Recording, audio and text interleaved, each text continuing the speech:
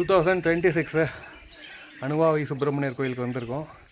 So எத்தனையோ தடவை அனுபவி சுப்பிரமணியர் கோயில் வந்திருந்தாலும் இந்த வருஷம் என்ன ஸ்பெஷல்னால் ஒரு ஷார்ட் ஃபிலிம் ஷூட்டிங் பார்க்குறதுக்காக வந்தபோது அன்பு தம்பி ரூபன் 2 பேர் சேர்ந்து மலை மேலே ஏறி முருகனை தரிசனம் பண்ணிட்டோம்.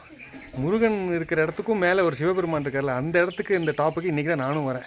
எப்போதும் முருகனை பார்த்துட்டு ப்ரே பண்ணிவிட்டு கிளம்பிடுவோம். வள்ளி தேவயானையோட முருகன் சூப்பராக காட்சி கொடுப்பார். ஸோ இந்த கோயம்புத்தூர் வியூ வந்து எப்போதுமே பியூட்டிஃபுல்லாக. இந்த அனுபவி சுப்பிரமணியர் கோவில் கோயம்புத்தூருக்கு நிறைய ஸ்டோரிஸ் இருக்குது.